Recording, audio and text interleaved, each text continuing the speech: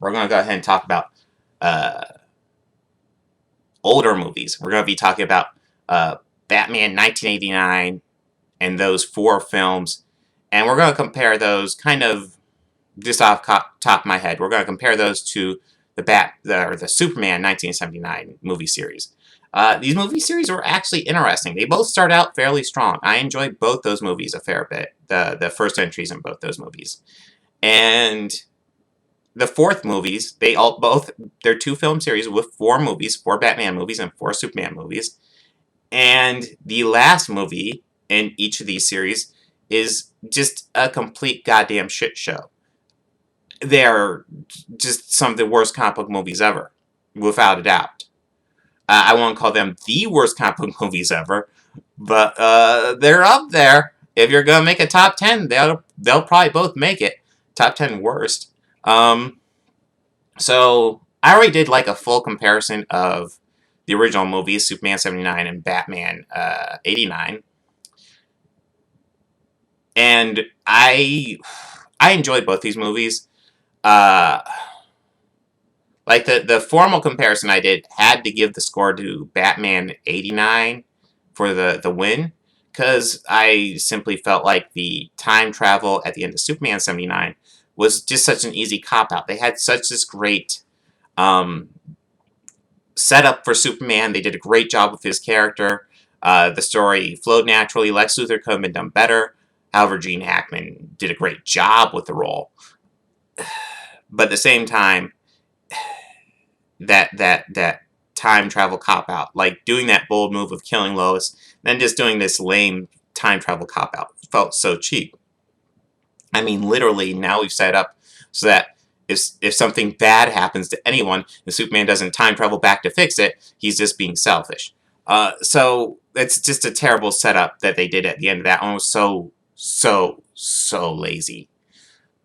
That being said,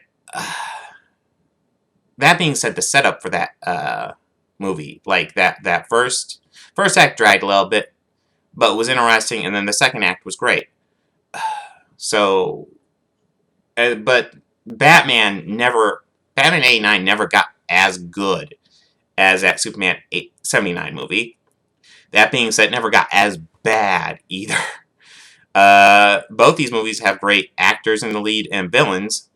One of the great failings of Batman 89 is that it's clear, like, Tim Burton's all into the Joker. In Batman, he kind of explores some stuff, but not nearly as much as he could have. Like, he even sets up Batman as a fairly interesting character and doesn't really do anything with that. He's set up as, like, this psychologically damaged character. And Michael Keaton does that great. And then what does he do with it? Jack shit is what he does with it, exactly.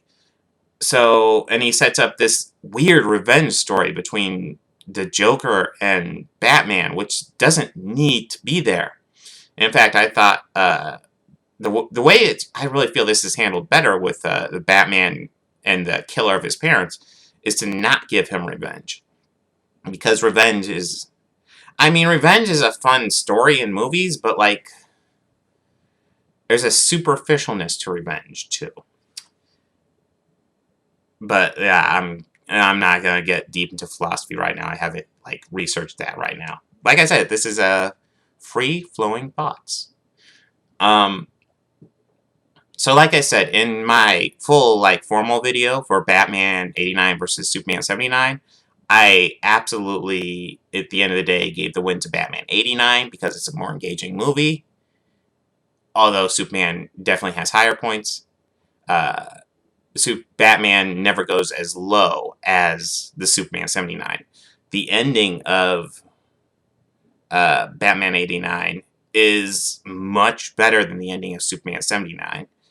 And yeah, like the thing that always bugs me is he can fly fast enough to reverse time, but he's not fast enough to stop both missiles. I mean, oh my god. Oh my god. No. No. But anyways, now we're going into movies that it's been a little while since I've seen them, but not like Batman Returns, Superman 2. Not movies that I've seen super recently, but not movies that that I haven't that's been a while. Uh Batman Returns, last time I watched it, I was really, really unimpressed with it. The strength of that movie is entirely Michelle Pfeiffer's Catwoman. She gives a great performance, and that take on the Catwoman is not something I've ever seen tried again, probably for the best. That being said, it's a really good take on the Catwoman. She's just kind of crazy, and it works. It works insanely well in that movie, and I doubt anyone could pull it off. Anne Hathaway, I thought, did a good Catwoman, and she doesn't even try for what Michelle Pfeiffer does, and that's almost certainly for the best. Uh, One of the huge weaknesses of that movie are the villains on the other end. I know lots of people love Danny DeVito's Penguin. I don't. I can't stand Danny DeVito's Penguin. Um, it's not the Penguin. It's disgusting. I can't stand that character. And in the comic books, and if you read the comic books, and I guess comic books go all over the place, but I like the animated series take on the character where he's more regal, he's more formal. What about him that isn't regal or formal is just his general appearance, just his biological appearance. Anything else about him is very regal and formal, and I like that contrast. And it's not something Tim Burton is interested in at all. He just is like, hey, he's going to be eating fish, living in a sewer. He's going to be disgusting. And hey, let's have this guy run for mayor. Which, I mean, is he trying to go into politics there? Kind of say a political thing saying, hey, these politicians are all in the sewer? Maybe. Does it land? Not at all. I mean, it just doesn't work. It's not believable that anybody would vote for him. It's not believable he would have any sort of campaign that was even somewhat successful. So, just the idea that he would run for mayor and like have any chance of winning is a joke. And it doesn't work at all. He just does not work as a villain. Batman, again, has nothing to do. He actually kills people quite ruthlessly in that movie. He kills less, but man, like that thing where he like plants a bomb on a guy and walks away with a fucking smile, that is some fucking dark shit right there. And I guess hashtag not my Batman. It's so frustrating because Michael Keaton does such a great job with the character, but the writers don't seem to understand the character, and they don't do anything interesting with him, so he's wasted in this role for these first two movies. Now we go to Superman 2. And Superman 2 I have very differing opinions with, depending on which version you're talking about. The Richard Lester version is a cool...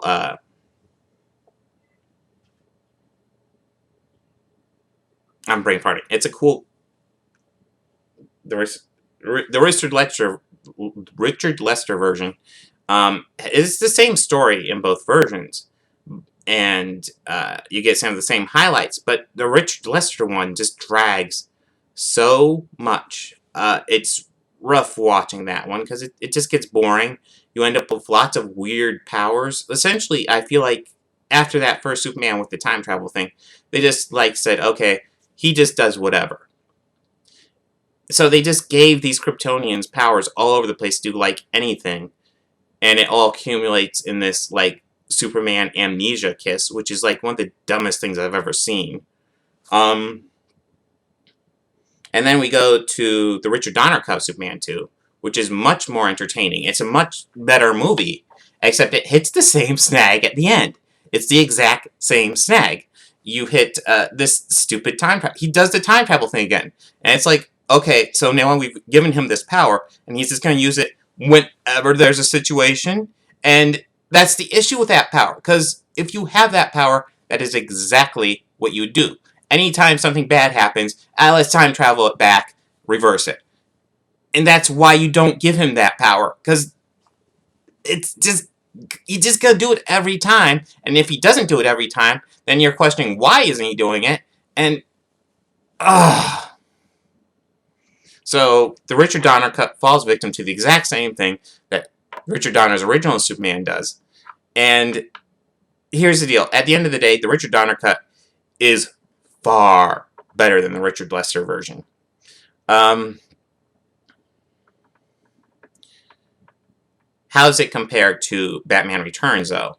Batman Returns is, like I said, I'm largely disappointed with that, with the exception of Catwoman. I don't really like that movie. Christopher Walken's also wasted in that movie. Like, I usually like Christopher Walken, but I really just do not give a shit about Max Schreck at all. So, I guess if I'm comparing those two, off the top of my head, I lean towards the Donner cut of Superman 2, and if we're dealing with the Lester cut of Superman 2 versus Batman Returns, I guess I lean towards Batman Returns. So now we move on to a third movie in each franchise. Batman Forever and Superman 3, which these are the ones I've probably seen the least. It's been a few years on both of them. I've talked about both of them, though. Actually, have I done anything on Superman 3? I don't know. Office Space has done stuff on Superman 3. In fact, kind of the main character of that one is Richard Pryor, which is a huge, letdown, because he's not particularly funny in it. He's kind of a computer hacker, but I don't know, he doesn't seem that computer savvy, but he hacks the computer. He gets him dropping cents into his own personal account. And yeah, it's the Office Space scheme, except I enjoy it more in Office Space. But there is some cool stuff in Superman 3. Although there's a huge missed opportunity, too. I always wanted to talk about this. The beginning of Superman 3 is when they have the credits going. We have Clark going to work at the Daily Planet. And we have all these zany hijinks happening around him. And when I first started seeing these hijinks happening, I thought, oh, this could be fun. What they're clearly going to do is going to have these crazy, little catastrophes happening around Clark. And we're going to see Clark kind of covertly, fix them without going into Superman mode, but, he'll, secretly use his heat vision or secretly blow something up and, and just avert all these catastrophes, and people be like, oh, hey, everything's all right, cool. And, kind of Superman's going around saving the day without you even knowing he's around. And I thought that was a really cool idea, and I think that's what they're originally going for, but it's like they drop it, and instead we just have zany hijinks happening around Clark just randomly, and it doesn't work. And I guess it's supposed to be played for laughs, and it completely fails. It's just the most wasted opportunity of a film intro I've ever seen. That brings us to let's talk about the strength of Superman 3. Because without a doubt, the best scene in there is when we get to this evil Superman thing, which is all weird. But we get evil Superman, and he's drinking, and he's an asshole. And then, for some reason, it's not explained why all this stuff is happening, as I recall. But it happens, and it actually is cool. We get Clark and Superman kind of separate. And Clark's essentially the good guy, Superman's a bad guy, and they end up in this fight. And it works. It's like this cool, conflict between the characters. And it's a really cool idea, the conflict between Clark Kent and Superman, except made physical. And it's a cool scene. It needs to be in a much, much better movie that understands how exactly to play with this scene and the ideas in this scene, because it doesn't do that at all. I do recall most of the movie takes place with him in Smallville, Clark Kent's in Smallville, and we get a lot of him with Lana Lang. Apparently, I would assume Margot Kidder didn't want to play a big role in this movie, so she essentially just has a cameo at the beginning, and I think maybe at the end. It's all at the Daily Planet, so I'm certain she was just there for a day. But anyways, I know at the end there's this supercomputer. He fights this robotic people. Superman 3 is really nowhere. It's got a couple really good moments, but it's just nowhere. Batman Forever is, on the other hand, a movie. Obviously, part of the idea of this movie was to give us Jim Carrey, and this is in the height of Jim Carrey in his popularity. So instead of giving us like a more like accurate Riddler, we're getting Jim Carrey's Riddler, which honestly plays a bit more like the Joker. And it could have worked. It doesn't really, though. That being said, Jim Carrey's Riddler is way more accurate than Tommy Lee Jones's Two-Face, which is really awful. I mean, Tommy Lee Jones is actually a really good really good character. Actually, Two-Face is a really good character, and Tommy Lee Jones is a really good actor, and this is kind of in his hype. Not long before this, he did Under Siege, where he played a psychopath, and before this, he also did The Fugitive, where he's like this cop where everything's organized, and you got A and B. And it's like, why on earth would you give us Two-Face? Why would you recast him as Tommy Lee Jones? Why whitewash him? Because the character was played by Billy D. Williams. And then give us an actor who can absolutely play both sides of Two-Face, and then just give us a zany villain. I mean, this isn't even a villain as good as the villain he played in Under Siege. This is just zany, stupid villain that he does. And it's a complete waste of Two-Face, and it's super frustrating, because Two-Face is a great comic book villain, and they waste him so severely in this movie. Ugh. Anyways, this movie, it also gives us Robin, and we get Val Kilmer's Batman, and the movie does actually explore his character quite a bit in deleted scenes. That's right, there is kind of this exploration of Batman, and even ideas that would be used later in the Nolan trilogy about Batman that were introduced in Batman Forever, and then cut. So, like, what we end up with is a bad movie. What we end up with is a movie that has all the potential in the world to be an awesome Batman movie, and it sucks. It's not the worst thing ever, but it sucks. Val Kilmer's performance was kind of nowhere, but again, his best stuff is on the cutting room floor. So, unfortunately, that's where that movie lands. Now, which is better, Batman Forever or Superman 3? I think, without a doubt, it has to go to Batman Forever. Because Superman 3 is largely just, I don't care, except for that Superman-Clark dynamic, which is very little bit of the movie. It's a really good part of the movie, but it's so little of the movie. I'd much rather watch Batman Forever than Superman 3. They both are massively missed opportunities with great ideas in them, though. And that brings us to the shit shows. What we have is Batman and Robin and Superman 4, The Quest for Peace. Whew. Superman 4 largely almost didn't exist. I don't remember. I know it was Canon, I think, bought them. And they had to make it for a very... They wanted to make a new Superman movie, and they wanted to do it for a very small budget. Christopher Reeve didn't want to come back, and only agreed to come back when he could direct. But then, even as he's directing, he helped put together the script, and the script just constantly got budget cut, and budget cut, and budget cut, and it results in lots of reused effects shots and scenes over and over again in that movie. It results in them giving Superman wall building sight when the Great Wall of China is partially destroyed, and he flies away and fixes it with his eyesight. Anyways, the guts of the movie are Lex Luthor is back for some reason. I don't know if they're low on budget. Why are they working? Like, yeah, you should get Gene Hackman back because he's good. But at the same time, if you're low on budget, probably not your best move. I don't know. I don't know if anything could have saved this movie. Anyways, Gene Hackman gets a sample of Superman's hair from the museum, and we see... God, this is so bad.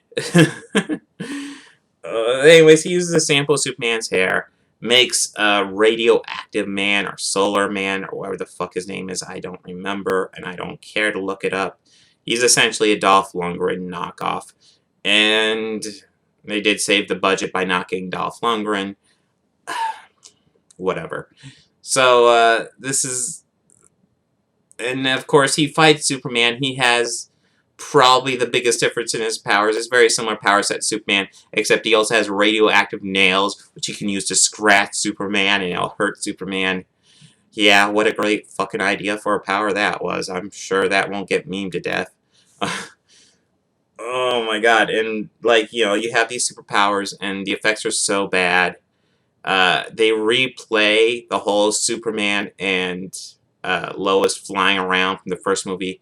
They literally try to recreate that scene. It fails. Like, honestly, I think there's issues with that scene in the original. I kind of like it, but there's issues. And rather than even address those issues, they're just like, hey, let's rehash this shit for no goddamn reason. And make it look a lot worse, too. Just, it's so bad. I know the kind of the guts of what gets everything going with the story is that Superman vows to get rid of all the nation's nuclear weapons. And you know what? It's a nice idea, but you know, obviously, this movie's not the place for it. It's not going to flesh it out. It's not going to explore this idea. It's just going to be fucking garbage. So that brings us to Batman and Robin. Batman and Robin is so boring. I mean, okay, so it's clear what part of the issue is that we've gone from Tim Burton's super dark take on the character and his even slightly darker take on the whole thing in Batman Returns. And now, 2 movies later, it's clear that Joel Schumacher is now going for a Batman 66, the Adam West version of Batman, trying to bring that into movie form. And he's even talked about how lots of times they're doing the idea is let's introduce a new car, let's introduce a new toy. And it's clear, like, this movie is not made by a filmmaker. And I'm not saying that Joel Schumacher isn't a filmmaker. He's a very flawed filmmaker, but he's very much a filmmaker. This movie is made by WB, it's made by committee, it's made to sell toys. And the whole tone of, hey, let's make Superman a lighter character. George Clooney is the new, let's make Batman a lighter character. George Clooney is, of course, the new Batman. And lots of people are like, he's the worst Batman. I am of the opinion that I can't tell you if he's the worst Batman because he doesn't play a role in this. He's just there. He delivers his lines fine. I don't have any issue with his performance specifically, but he has no meat in that movie. So, I mean, I don't know what you expect from him. It introduces Batgirl. I don't care. We have Mr. Freeze as Arnold Schwarzenegger. It brings in his origin from the animated series, which is actually a great origin. Part of the issue with Mr. Freeze was that he never had a particularly great origin. And what they do in the animated series is give him a great origin with his wife. His wife has some sort of weird disease. She is frozen to preserve her life. And he's trying to cure it. And then there's an accident. And he gets stuck in the contain. He gets affected by the whatever froze his wife, and he has to keep himself in a containment suit so he can try to save his wife. If memory serves, it's kind of like a corporate thing too, where there are corporate cuts, and that's part of why the containment broke. And so now he's out for revenge because that's what everybody's doing nowadays. Batman got his revenge. Why can't Mr. Freeze get his revenge? Let's have fun. But anyways, part of the issue is Arnold Schwarzenegger, who is... I mean, he does a fine job, in my opinion, but he is brutally miscast. It's a Topher Grace situation where, if you look at the raw performance, they're trying. They're giving their best. But it's not there. You're not gonna bleed a turnip. And you're not going to get a great Eddie Brock from Topher Grace. And you're not going to get a great Mr. Freeze from Arnold Schwarzenegger. It's not there. You know, it's obviously like a stunt casting situation. Now, who is well cast and who does do a good job in this movie is Uma Thurman. Uma Thurman's Poison Ivy is phenomenal, potentially. Now, the character is written like shit. But Uma Thurman really does the best job she can at that material, and it almost works. Unfortunately, because she's written poorly, it's a very, like, superficial character. But like I said, it almost works. It's almost there. In a better movie, this could work. But, yeah, at the end of the day, this movie sucks. Now, which is worse, Superman 4 or Batman and Robin?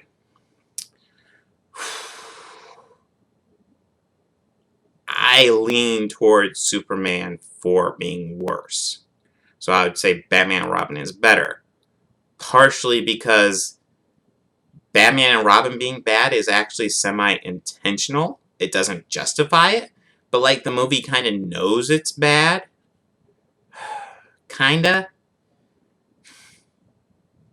Like I said, we're dealing with shit shows here. I obviously will have to do full breakdowns of all these comparisons, which I plan to do eventually on the channel. Which means, you know, give me 10 years. I'll get them all out. But, yeah, these are just kind of my gut feelings on these movies. So that's where I'd say on those, like, God, did I go Batman down the line? With the exception of Superman 2 Donner Cut? Yeah, I think I went Batman down the line. I didn't even realize that.